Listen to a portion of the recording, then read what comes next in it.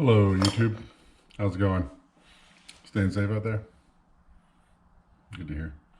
So we're into episode 13, I believe, and I'm still waiting on parts. I'm waiting on parts from everywhere now. I'm waiting on the metal prep still. I ordered it on Sunday, today's Thursday. It's not here. I have to go pick it up. And with Canadian Tire, somebody's told me there's a day turnaround between ordering things and going to pick it up. It's not a day. We're into day 5 here. So, oh well, or day 4, I guess. So we're waiting on that. I went to do a big Rock Auto order. Not a big one, just a little one for all the rubber, a bushing for the rear shackles. And I usually run up the flagpole and see what shipping's going to be at any given time. And the shipping was like $51, but accidentally, the order went through. So it was one of those panic moments where I try to cancel everything, and I don't know how much of it canceled. So I'm on the hook for maybe a portion of that shipping for not everything I want for that part of it. So then I got an email to one of our parts guys down the bottom of the hill here, local, see if they could bring in some parts for me or if they had them in stock. And I don't know how they're handling COVID, but got an email into them, see what they say. They're usually not the most tech friendly shop with emails and stuff, but sometimes they do all right. I don't know if they're even open right now, but we'll see if we get some of those parts there. Half my Rock Auto order is going to be shipping like $51 for like 3 pounds of parts. It was just ridiculous. So I couldn't do it. So we'll see how much of that got canceled or whatever. But yeah, so we're kind of in that weird waiting on parts place. Like, not fun. But I got a lot of little painting to do, so that's what I'm going to do today. Just tinker around, do some painting for the parts that came off the chassis, a couple parts on the engine that I didn't finish off. So that's what's on today's episode. Stay tuned. So just a good day in the shop here. Got all the bolts ready for marrying transmission back to the engine. Between the two transmissions, I found 4 bolts that are the same. These L8s. So we're going to use those. I got 3 of these and I got 1 rando. So whatever. Starter bolts, shield bolts. There's a shield there. And then engine transmission bolts. Starter got painted up a bit. Just because can't throw a ugly looking starter in on a brand new painted motor. Suspension parts painted. Just doing little stuff. I was waiting for my order coming from Canadian Tire. And it finally did. I haven't spent that much time in a Canadian Tire parking lot since I was in high school. So, cleaned up the suspension cards here. A lot of this is going to get replaced. Tie rod ends. So, didn't spend too much time on them. And transmission, carburetor, spring return. Oh, this is stuff we were waiting for from Canadian Tire. This is pour 15, the metal prep. So now that we have that, we can tackle this. So I'm gonna give this a spray. I'm gonna give this a dust off with air hose and the metal prep, and then into paint.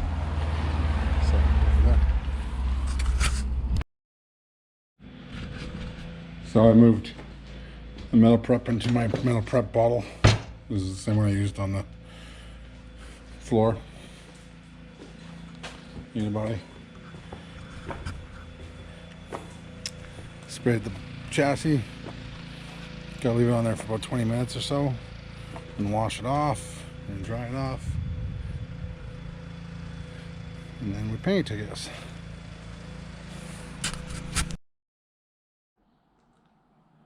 Hey, how's it going? So, how's your weekend going?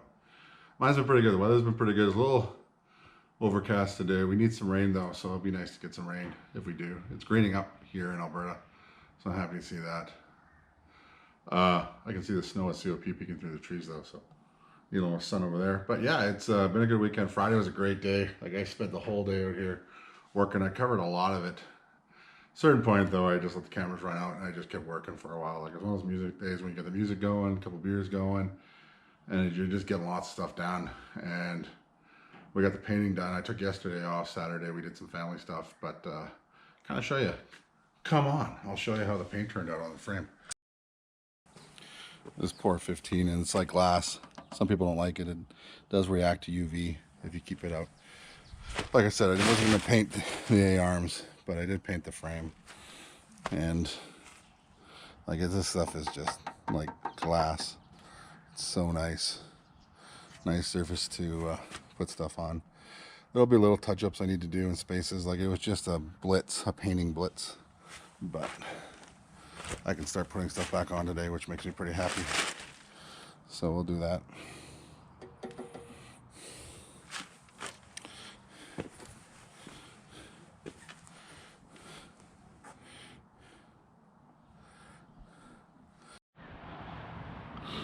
Remember this dirty, rotten cross member we brought with us from the International Parts Storage?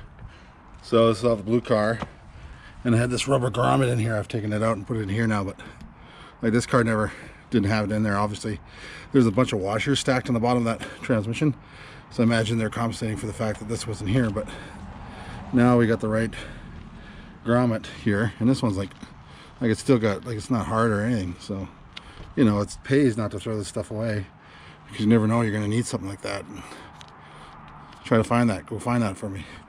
You ain't going to find it. So, cool. And it's free.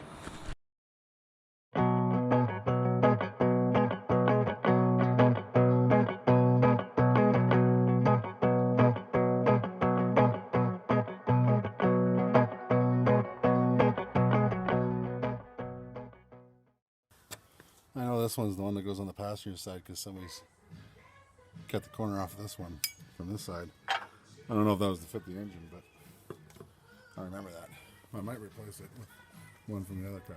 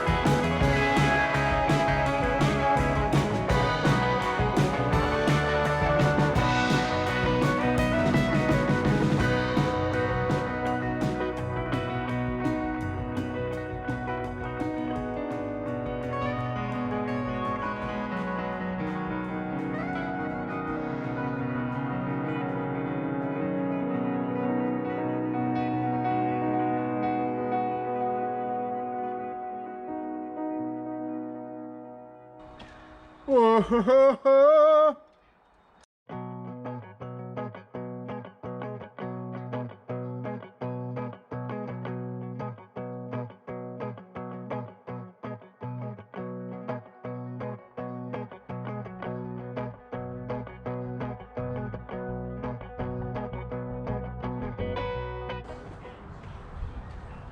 That's all stripped out.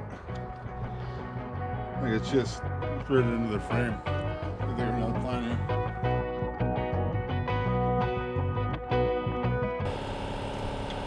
We're gonna weld this nut into here to capture, because these threads are gone. We're gonna also do the double chore, pushing this out a little bit, just so it doesn't demand such an angle from brake lines. So it's starting to strip right there, because these bolts are just basically threaded into the frame. It's only about that much metal. So instead of doing something else, we'll just do that. It's a little bit of hot rodding. I don't love it, but it's way down in there, and only will.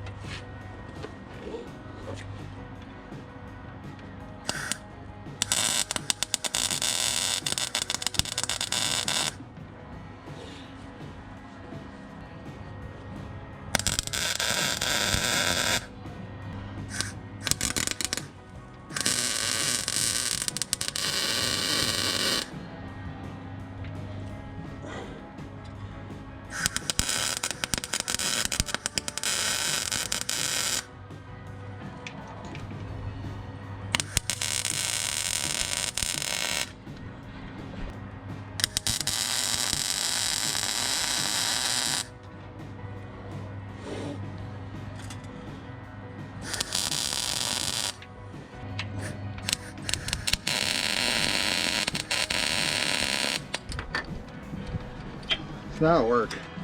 Not the prettiest. I had the welder tailing way down to start out. I had to put some heat to it, because this is all thicker than what I usually do. Oh, don't do that. That's stupid. There you go. So we've captured that there, and it'll do twofold. Now we have threads, and it'll push that out a little further, because I want to capture the front ones up there. So.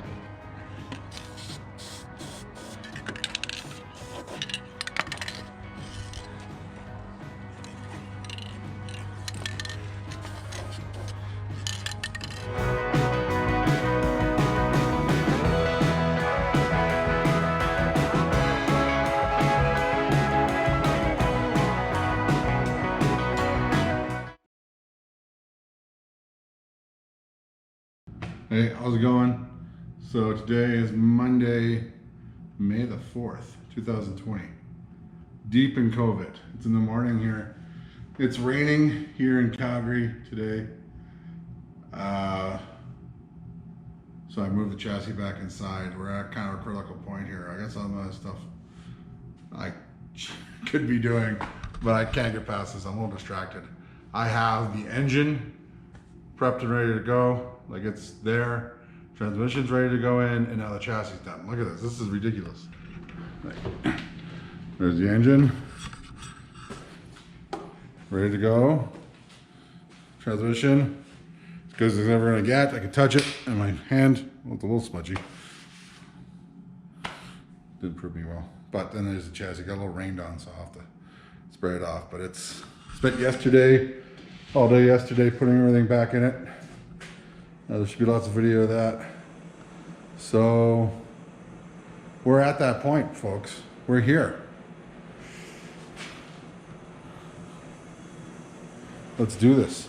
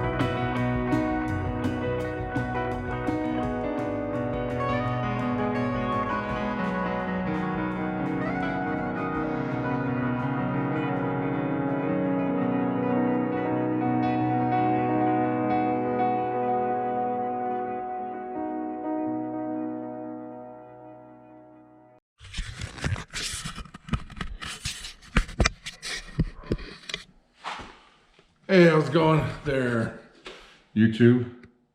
It's been a really good week here in the yoga studio. A couple of epic days though, not the least of which was yesterday. Oh, I got everything on the subframe, not without some issues. But I think it was either Friday or Saturday, or also just epically, I think it's Friday. Friday and yesterday, which would have been Monday, were just epically long days to yoga studio. I got a lot done both days, like just stuff that, nitpicky stuff that needed to be done. Yesterday, like Sunday I did a shift too, but yesterday I came in here early in, well, mid-morning, and I just knew I had to get at least 5 hours in because I had everything ready to go. So what happened yesterday too is that I had all the cameras going, I had 3 cameras going about the install, and I didn't run out of batteries. I ran out of storage on my main camera. So hopefully I caught enough of that on the other 2, but yeah, it's one of those things, like I'm really trying to figure out these bottlenecks in making a YouTube channel. One of them is storage and for video files, because especially with this camera, the bigger HD files are really starting to stack up. So that's what I've been trying to do the last couple of days here, to just find a cloud solution to handle those things for now.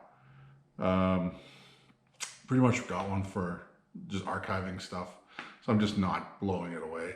But I need to get that workflow to get working a little faster, to get it off my computer and onto the cloud, so I can bring stuff on. Because even after my camera was full yesterday, I tried to move it on the computer and the computer was full, and so I'm trying to figure that out. So that's what my bottlenecks are on these, getting the videos out.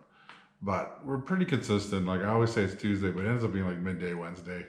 Hope that doesn't bother anyone. Well, I see we moved up with a few more subscribers. Like, see a few more, just because I'm having fun doing this. I hope I appreciated my own time. It's not one of those things in 30 years you look back and like, Stumpy's YouTube studio was ahead of its time. You know, no one really appreciated it, but no, but you know, like I want to get it appreciated my own time. But I appreciate you guys watching. I know all of it's not gold, but this week should be. I'm going to show you a couple.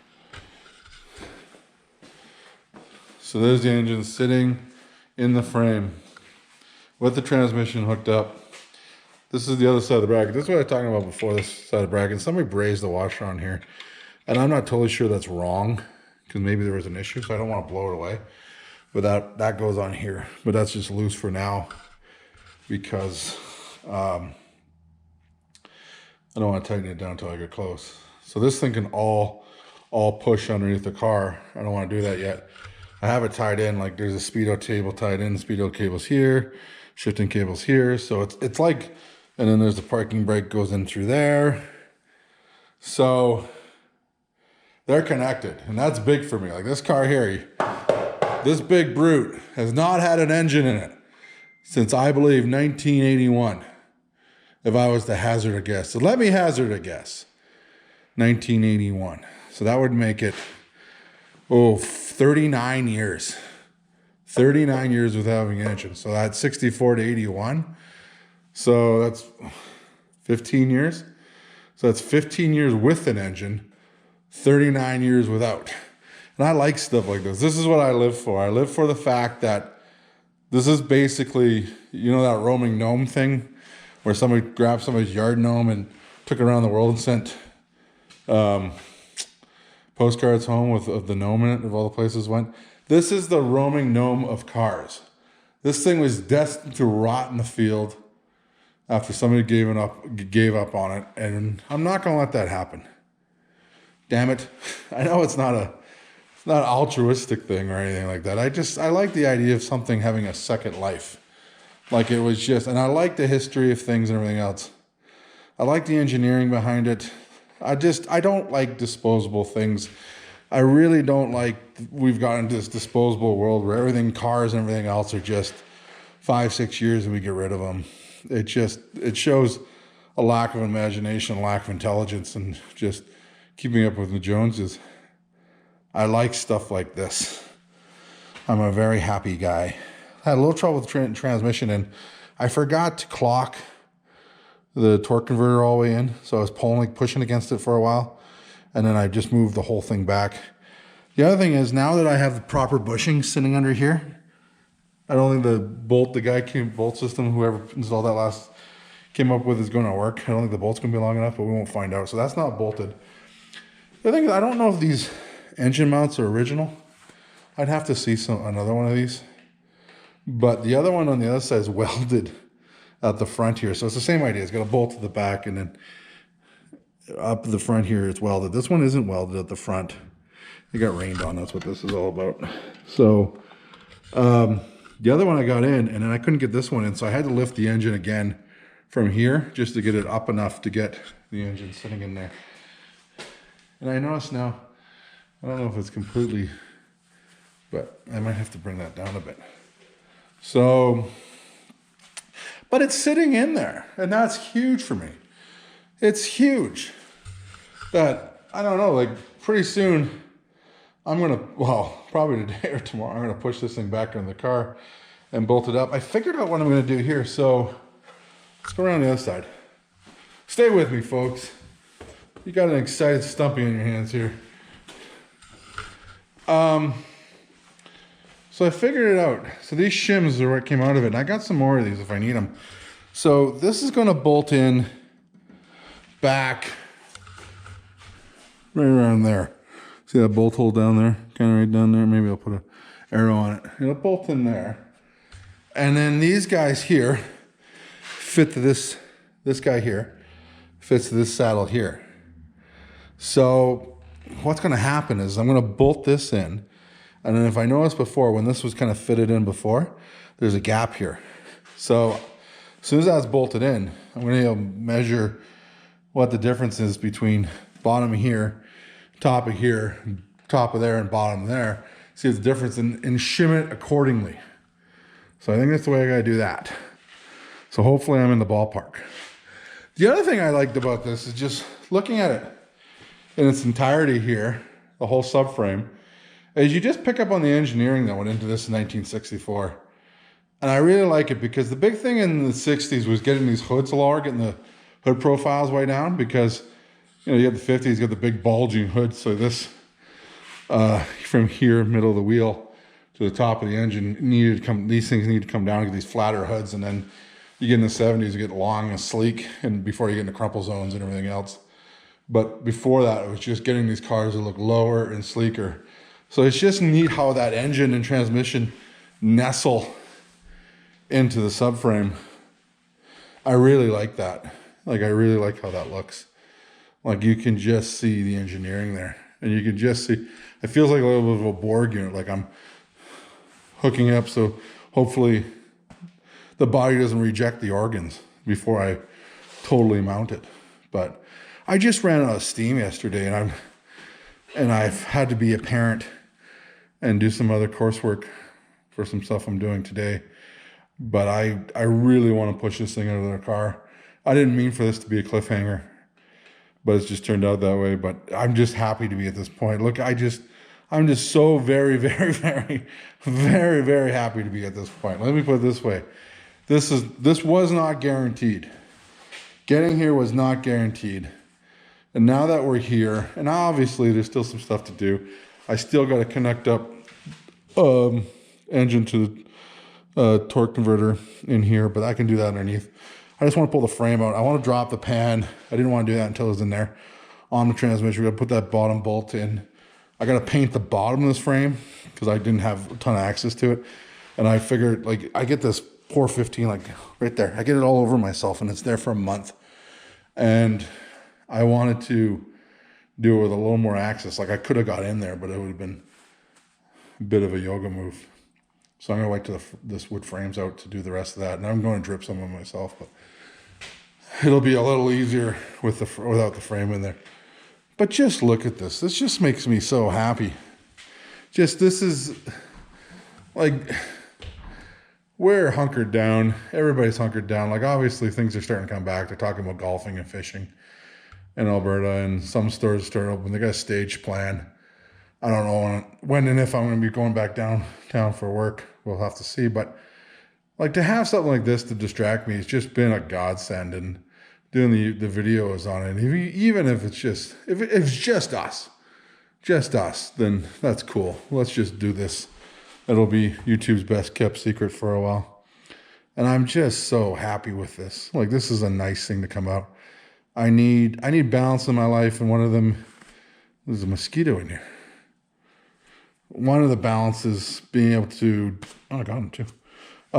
Do something like this where I can just plow through something. Like when I'm missing, when I don't have a project, I get weird.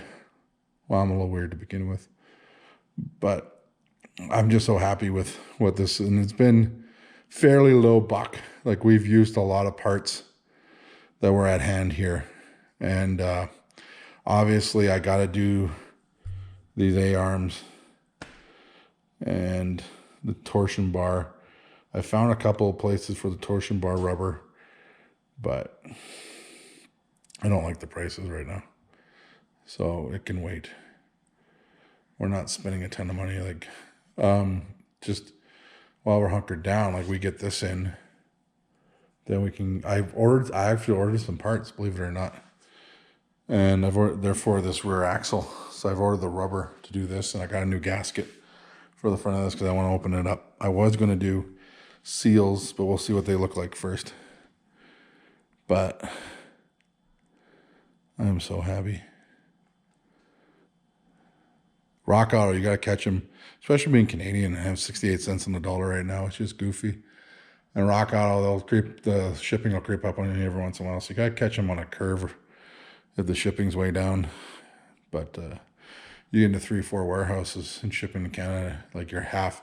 I'm spending I had a Rock Auto order, and it was like $108 Canadian, and nothing significant, just rubber bushings and gaskets. And half of that, $52 of that, was shipping. So I had to blow that away as fast as I could. But isn't that nice? Isn't that pretty? Let's just take a moment. Let's hold hands. I won't tell anybody. But I'm just super, super happy with that. So for this week's episode, we'll focus next week on getting out into the car and hooking everything up and just having a moment to be happy about it, having these things back together, and maybe we'll do some science around measuring those shims and doing that. Because I don't think that's a perfect science, but we'll try to get it close as we can. This car, I don't know. It seems to me when there's strife, this car stuff really helps me out. I love my family. I really like spending time with them, but I think only having something like this where I can just kind of fall into my head, not think about the economy or what if anything we're going to end up doing this year, socially or anything else, and just solve a problem. That's what this car stuff comes down to me. I just like solving problems. And a car presents so many problems, and they're interesting problems to solve. I always tell people, like, I like working with things like cars or computers and stuff like that because I find people the least interesting problem to solve. So I've never been big on HR and stuff like that. I like things because they're more interesting than people to solve the problems. Because they don't, you just don't have that emotional bullshit that goes with it. There's emotional bullshit that I get emotional. I sit out here and I'm not going to show you my little empty beer can pile, but I got a couple of beers in me and I look at this car for a while and start thinking about my dad or my past working with cars, and I get on Instagram and I shoot. I turn into an idiot. And then I look at the next day, oh no, look what Stumpy did. But, that's what it is for me. There's an emotional connection to car. Because I worked on cars with my dad. I work with cars with my friends, and I've had a long history of cars. I figured out one time I had like 21 different cars in my life at different states for repairs and driven for different periods. But you get kids and everything else, and you got to have these cars that are stable. And with that comes the Haggerty thing, like having a stable truck and a stable van for everything else. Like it makes the Haggerty thing so much easier that I can insure a few cars a year and not have it break the bank. So. And we're gonna get Thelma registered. I'm gonna get Thelma registered. Gonna mask up go in there. And I gotta get my driver's license renewed. So because I think I got to May 15th. My birthday was on April 2nd, but I got to May 15th because of the government thing. So I gotta get my driver's license renewed, and I gotta get my iron registered so we can run around the Tier 6 and run around in Thelma, and just get back to enjoying some of the things this summer. And some of the things this summer are drive around. And at least for me, driving around in old cars is one of my favorite things. And the kids love rolling around in Thelma. And we'll get up. There's a couple drives I want to do in the Tier 6, but we got to order that gasket because I can't in good faith figure out with that gasket noise. So, and I have to park on the street too. So we got to get registered for that, or the cops will come and tow them away. But no, I'm pretty happy with this week. It's been a really, really good week for our car stuff. And I hope you enjoy the video this week, and I hope you're doing well. I hope things are starting to turn around wherever you are, and if your kink is golf or cars or anything else, that you're getting out to do it, or fishing, or just taking your family away from the house. So anyway, I hope you liked the video. If you did, please like, and if you haven't subscribed already, please subscribe. We're creeping up there slowly but surely. Don't call me Shirley. And remember, Stumpy loves you. And I'll see you next week. Thanks.